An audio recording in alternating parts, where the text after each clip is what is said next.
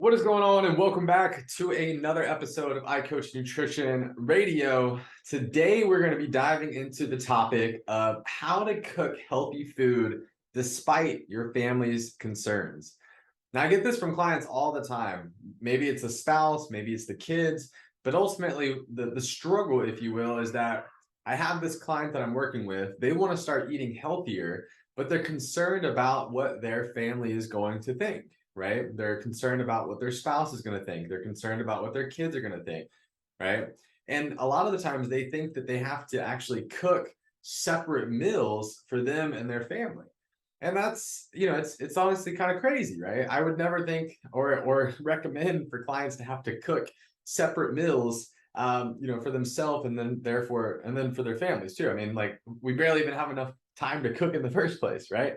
So you can definitely make this work, right? And it's a valid concern. I mean, I don't want to downplay that, right? But the reality of it is like, look, everybody wants to be healthier. Everybody wants to feel better.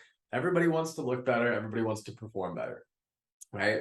And so, obviously, if somebody's used to a certain way of cooking, whether it be your spouse or your kids, they're not going to be able to just like change overnight, right? They're not going to want to go from eating whatever pizza and burgers and enchiladas and like all these tasty, healthy, amazing, or not so healthy, amazing things, to eating chicken and broccoli every day, right? So there's a balance here, right? It's not like you're going from 0 to 100. But one of the best things that you could possibly do is just to start simply incorporating more vegetables and fruits into your family's meals, right? Because this is ultimately going to help to improve your overall quality of your nutrition. And even if your spouse or your kids hate vegetables and fruits, there are ways to incorporate these things in without them actually even really noticing, right? And so I'm not going to go into like all these different recipes or anything like that. There are plenty of recipes out there and plenty of strategies out there that you can start to do that.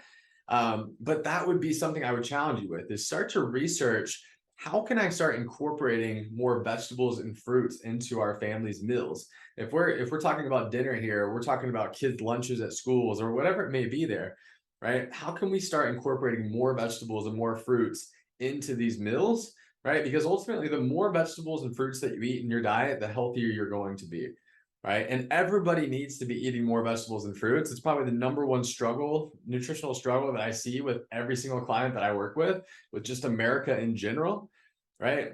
And so it's like, how do we start incorporating more vegetables and fruits in the diet? There's been this wave here of recent where it's like people are trying to be more plant-based. People are trying to, be vegetarian or vegan or whatever. And like that idea is great if it's getting you to eat more vegetables and fruits.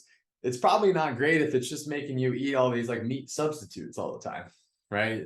The impossible burgers or whatever, right? Like, so it's one of these things where it's like, look, like the majority of the food that we eat should be plants. We should be eating the majority of our food being vegetables and fruits, right? So if you can figure out a way to start adding more veggies, adding more fruits into your family's diet, adding into your spouse's diet, adding into your kids' diet, that is going to make y'all healthier as a family. That is going to make everybody in the family feel better. It's going to make everybody in the family look better, perform better, so on and so forth there. So that's the goal. How do you incorporate more vegetables and fruits into the diet? Okay. So when I think about the iCoach plate recommendation that you hear me talk about all the time, the goal is to fill up half of your plate with vegetables or fruits or a combination of both at every meal that you make, right? And so again, this is not going to happen overnight. Step one is just don't blink. Get some type of color into each meal. Then from there, you can start to get in, let's say, a quarter of your plate color, and then a third of your plate color, and then half of your plate color, right? And so again, there's going to be a lot of picky eaters. If you have eaters in the family, I'm sure those of you listening have this, where it's like they swear up and down that they don't want vegetables. They don't eat vegetables. It's more so with vegetables than fruits most of the time, right? But also with that said, if you can sneak them in there without them even noticing, that's an easy way for you to kind of start hacking the system, okay? And this could be done in a number of different ways. For example, like making spaghetti and being able to make spaghetti with like butternut squash rather than regular pasta noodles, or even being able to like make it half and half, right? Maybe it's kind of a slow introduction into this, right? Where it's like you were just eating pasta noodles. Again, nothing wrong with pasta noodles, but you were just eating pasta noodles. Now you're able to maybe switch to like a bonza pasta, where now it is starting to get more of a plant-based pasta into the mix there, right? With using chickpeas, right? And then it starts to become, maybe you're doing a half pasta, half butternut squash, or half pasta, like some type of like vegetable substitute there, or even being able to add maybe like mushrooms into the mix with that, right? Or maybe being able to add tomatoes into the mix there with that tomato sauce, or with that pasta sauce, or the like a marinara sauce there, right? You could add like, putting like raw spinach in there and being able to add spinach. When spinach cooks, you can't even really, it doesn't really like even taste like anything. You can't even really tell. Maybe it's spaghetti and you're now adding a salad to that meal. I mean, I could come up with thousands of different, whatever, hundreds of different, add-ons or substitutes or combinations or things that we could do here. I don't want to sit here and go into all of them now. There's just no point. I think more so the focus is what can we add to meals, right? We come from this culture of being sort of restrictive as to like, oh, I follow this diet and this is allowed, this isn't allowed, this is good, this is bad.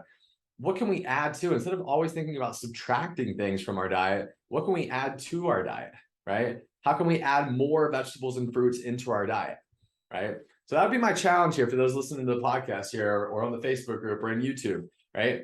If eating healthy, right? If living a healthy lifestyle is a priority to you and your family, how can you start incorporating more vegetables and more fruits into your diet? How can you start making sure that you're getting in fruits or vegetables into every single meal, or a combination of both, into every single meal that you eat, right? Starting off with just simply not blinking, just get something, right? And then from there, start working towards getting more and more and more into each plate, kind of going from this idea of like a quarter of your plate to a third of your plate to half of your plate, right? And also just making it more readily available. One of the best hacks you could ever do is just get a fruit bowl in your house. Put apples, oranges, bananas in there and have that there where everybody can see it, where people can just grab it and go, right? We're a product of our environment. This is the same for an office situation, whether it be a police station, a fire station, a hospital there with nurses and doctors, right? Or at the office there, that you're going into every single day. Whatever is there in the break room is going to be what gets eaten, right? So the more readily available that we can make these things, the more that we can make this a part of your environment, the more prone you're going to be to actually incorporating these things into your life, right? It's no different than the opposite end of it, right? When you have, whatever Girl Scout cookies come out, when Girl Scout cookies are there in your house, you're going to eat them, right? If they're in your house, you're going to eat them. If they're in the office, you're going to eat them, right? So we are a product of our environment, right? So how do we make our environment more productive towards living a healthy lifestyle? Okay. That's what I'll leave you with. That's what I'll challenge you with. That's what I'll encourage you with. As always, if you have any questions, drop them here below in the comments. And I would love to answer them and try to add as much value as possible there. So happy Friday. Hope you all have an amazing day. And yeah, until next time. Thanks, guys.